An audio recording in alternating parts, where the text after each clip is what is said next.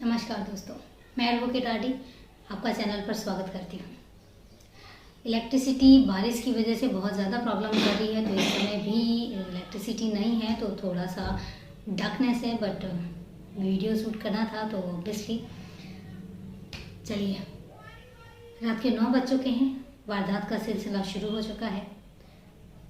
आज की जो वारदात है, मैं सच बताऊँ ना तो जब मैं इसको रिसर्च कर रही थी तो मेरे भी रोंगटे खड़े हो गए थे। मुझे पढ़ने में तकलीफ हो रही थी और सच बताऊं तो मैं खुद इतना इमोशनल हो रही थी कि मेरी आंखों में आंसू आ रहे थे।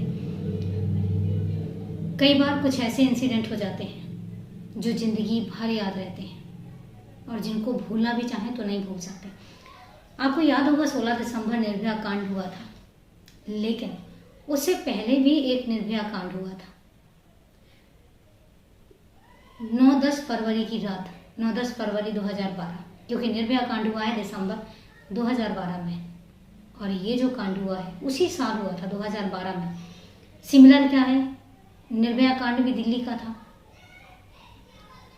जो ये दूसरा कांड है ये भी दिल्ली का था। 2012 में निर्भया कांड हुआ, 2012 में, चूँकि इसको नाम दिया गया था अनामिका।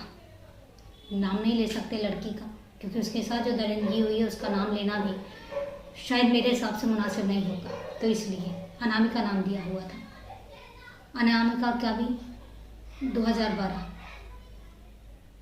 दोनों का गैंग रेप और दोनों के साथ ब्रूटल, मतलब एक इतना दरिंदगी की हद पार की गई और दोनों की मौत, एक की अस्पताल में, एक की ऑन द स्पॉट। बात सिर्फ इतनी सी है। इसके बाद जो कोर्ट का फैसला आता है, कोर्ट का क्या फैसला आता है, कोर्ट क्या फैसला देती है, इन सब बातों को मैं बाद में आपको वीडियो के लास्ट में बताऊंगी, तो जुड़े रहिए वीडियो के साथ। बात है 9-10 फरवरी 2012 की। 9-10 फरवरी इसलिए बोल रही हूँ क्योंकि लेट नाइट ये इंसिडेंट हुआ था, इस वजह से 9 की रात थी और 10 फरवरी लग चुका था। अब बात आती है उत्तराखंड की एक लड़की अनामिका अपने परिवार के साथ, वहाँ पर कुतुब विहार है दिल्ली में एक एरिया, वहाँ पर रहती है और गुरुग्राम में एक कंपनी है साइबर सिटी, वहाँ पर जॉब करती है। अब उसके बाद 9 फरवरी की रात में अनामिका अपने घर के लिए आती है, लेकिन घर से थोड़ी ही दूरी पर एक कार में कुछ लोग बैठे होते हैं और उसको किडनैप कर लेते हैं और उसके बाद वो वहाँ से चल पड़ते हैं। यहाँ पर जब परिवार में जब देखते हैं कि उनकी जो बच्ची है वो अभी तक नहीं पहुँची है, तो वो पास के पुलिस थाने में उसकी गुमशुदगी की रिपोर्ट लिखवा देते हैं, लेकिन पुलिस जो है वो ज़्यादा सीरियसली नहीं लेती है। चलिए, लाइट आ गई है, पुलिस उसको सीरियसली नहीं लेती है। उसके बाद उस लड़की को उसके साथ गैंग रेप किया जाता है और आप यकीन नहीं मानेंगे 70 किलोमीटर तक उस लड़की के साथ कार उसी स्पीड में चलती रहती है और चूँकि कार के शीशे जो थे वो ब्लैक थे, तो इस वजह से किसी को पता ही नहीं चलता, चलती कार में उसके साथ 70 किलोमीटर तक गैंग रेप होता है। दरिंदगी की हद होती है। और उसके बाद 3 दिन के बाद 13 फरवरी को रेवाड़ी का, हरियाणा में रेवाड़ी है एक जगह, रेवाड़ी के पास ही एक गांव है, वहाँ पर उसकी डेड बॉडी मिलती है। जब उसकी बॉडी सड़ने लग जाती है, स्मेल आने लग जाती है, तो आसपास के लोग उसकी कंप्लेन करते हैं पुलिस थाने में। जब पुलिस थाने में से लोग आते हैं तब पता चलता है कि ये तो वो अनामिका है जो दिल्ली से लापता हुई है और 3 दिन बाद उसकी डेड बॉडी मिलती है। इन बिटवीन उसके साथ क्या क्या होता है, मैं अगर आपको सच में बताऊं तो आपके रोंगटे खड़े हो जाएंगे।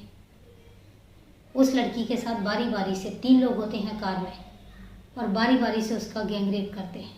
गैंग रेप ही नहीं करते हैं, उसकी पूरी बॉडी पर नोचते खसोटते हैं, उस पर बॉडी पर बाइट्स के निशान मिलते हैं, बुरी तरह से काटने के निशान मिलते हैं, बदन पर यातनाओं के इतने गहरे निशान कि आप सोच नहीं सकते। जो कार में कुछ औजार रखे जाते हैं, उन औजारों से उसकी बॉडी को टॉर्चर किया जाता है उसकी बॉडी पर जख्म किए जाते हैं।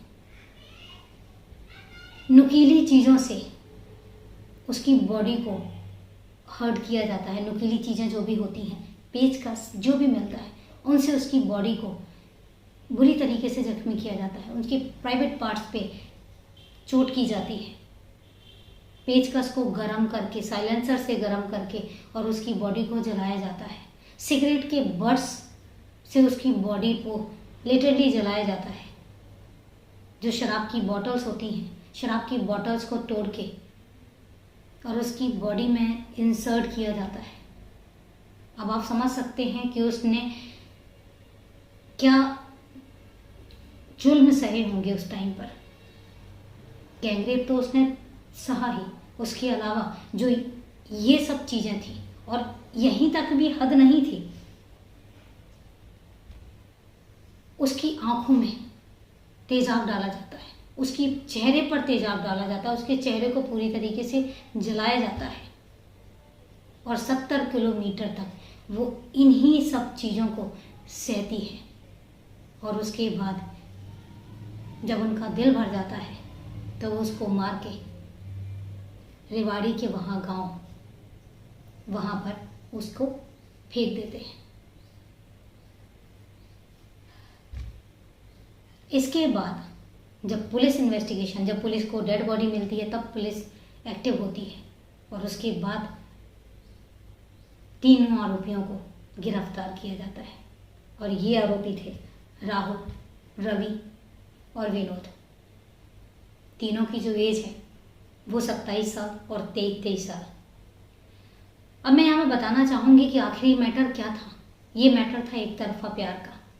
रवि ने अनामिका को प्रपोज किया।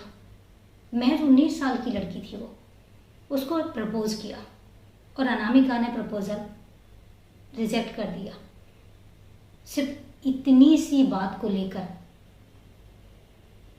उसने बदला लेने के लिए अनामिका के साथ इतना ज़्यादा टॉर्चर किया और उसके बाद उसको मौत के घाट उतार दिया। अब आप समझ सकते हैं, सोच सकते हैं, ये निर्भया कांड से कम नहीं था। इसके बाद पुलिस जब तीनों को अरेस्ट करती है, चार्जशीट फाइल करती है और उसके बाद ये जो केस है वो जाता है ट्रायल कोर्ट में। जब ट्रायल कोर्ट में जाता है तो वहाँ पे कोर्ट फैसला तीनों को सुनाती है और रेयरेस्ट ऑफ रेयर केस में इसको इंक्लूड करती है और 2014 में तीनों को फांसी की सज़ा सुनाती है और कहती है कि इनके लिए उम्र कैद की सज़ा जो है वो बहुत ही कम होगी। जब उनको फांसी की सज़ा हो जाती है तो फिर वो हाई कोर्ट में अपील करते हैं।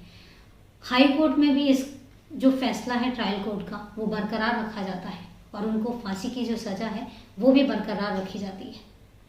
इसके बाद वो सुप्रीम कोर्ट में अप्लाई करते हैं और सुप्रीम कोर्ट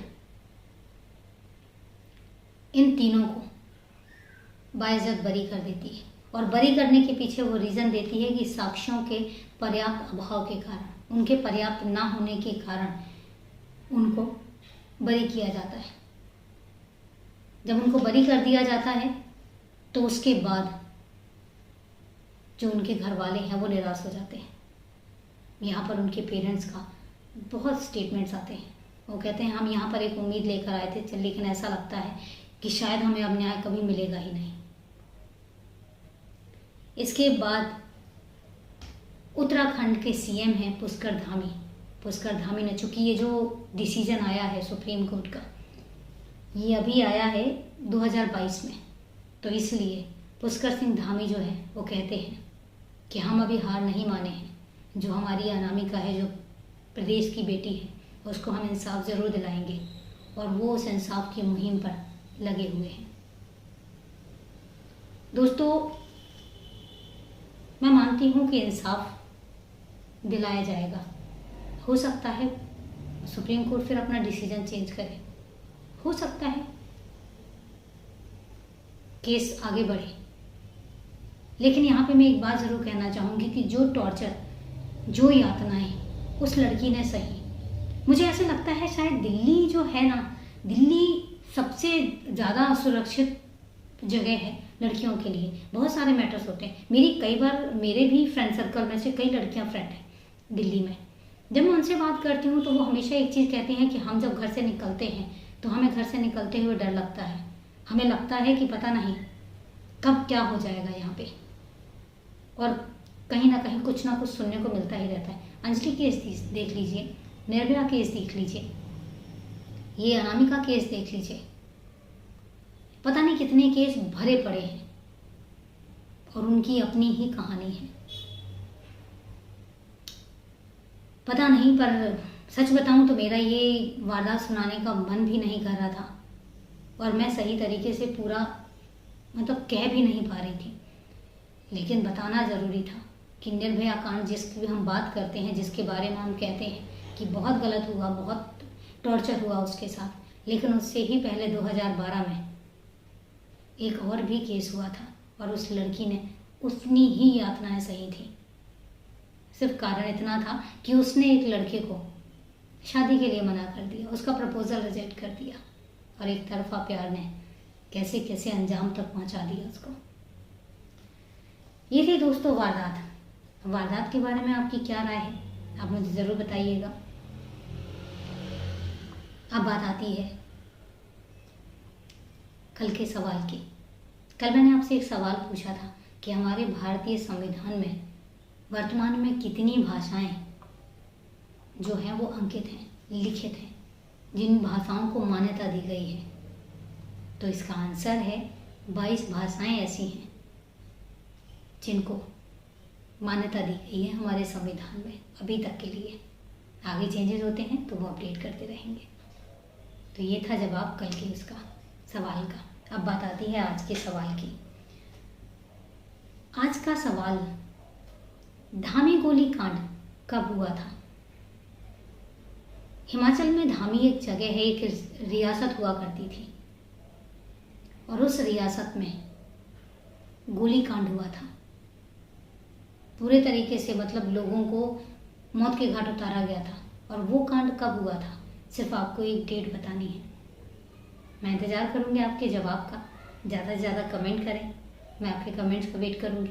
तो दोस्तों मिलते हैं फिर कल एक नई वारदात के साथ। तब तक के लिए नमस्कार, जय हिंद।